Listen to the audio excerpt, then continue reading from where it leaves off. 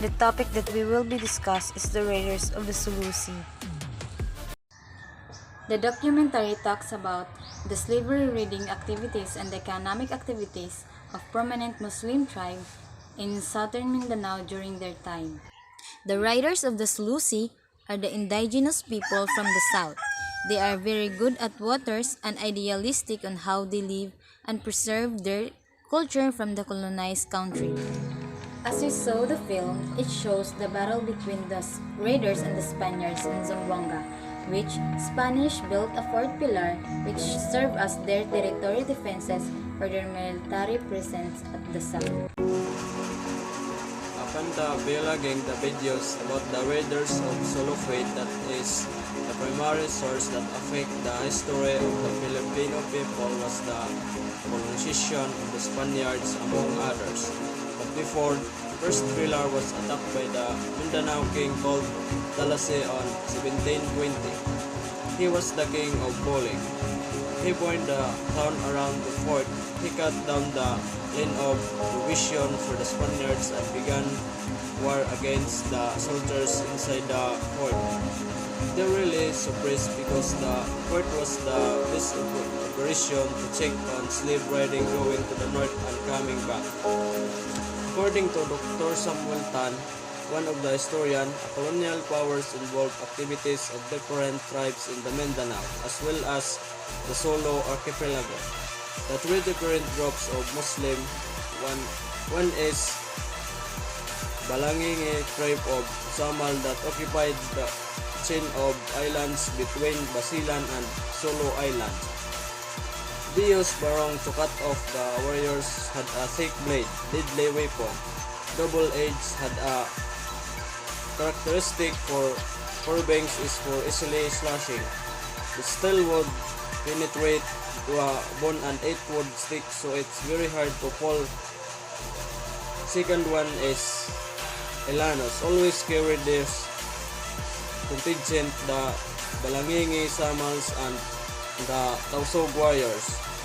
According to Professor Barbara, another historian, all books talks about pharmacy deals with the problem of technology using the English words for it. It's actually misleading in some respect because it doesn't cover readers. It doesn't cover people who act on behalf of the slave. In 1977, Butuan archaeological exhibition that was the seasonal arrival of a very large number of riders.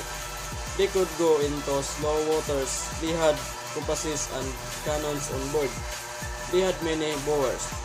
The boat built by bamboo and nipa palm and carried no sailors. When they reached the coast, they usually hide their big boats, use participants to row into the shorelines and pretend they are fishermen. Once captured, the slaves' palms are punctured and tied to each other. The slaves are loaded in their 25 to 27 meters by 6 meters boat that has 30 to 34 oarsmen. It was said that their boat was the fastest, that even the Spanish galleon could not keep them a chase. The documentary was actually focusing on how the tribes are organizing their flotilla of 100 ships or more than 3,000 men. Eventually, this happens when the three tribes connived each other to raid Fort Pilar. The three tribes did strategies and business and to employ Taosogs as the warriors. A tribe was set out into the sea with few boats and dropped by each of the bases of the tribes along the shores. And they could call upon all the available seafarers that could join the expedition. Well, this slavery trade was stopped only when the Spaniards commanded three steamboats from England, and these three steamboats are faster and more easily to navigate and containing more armaments to take on the tribe. was said that the conflict between the tribes and Spaniards was not connected onto the business or a trade, but was more on beliefs, religious beliefs actually. The video showed the different weapon that is used by Muslim raiders by the time, particularly the kalis, kampilan, and monokris. The shape, size, and the design varies depending on the group of Muslim who use those weapons. The design of their weapon is being based on their culture.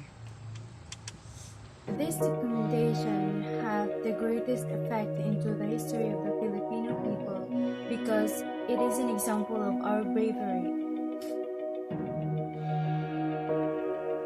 This could serve as our strength that we the Filipinos are not easily to defeat. It also shows the courage of protecting our territory to preserve for the future generation.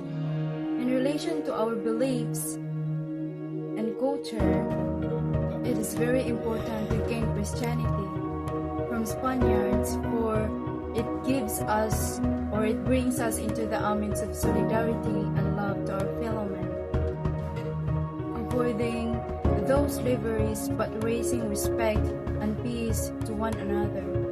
We have to treat good in people the same. We have to stop violence and there will be no longer wars.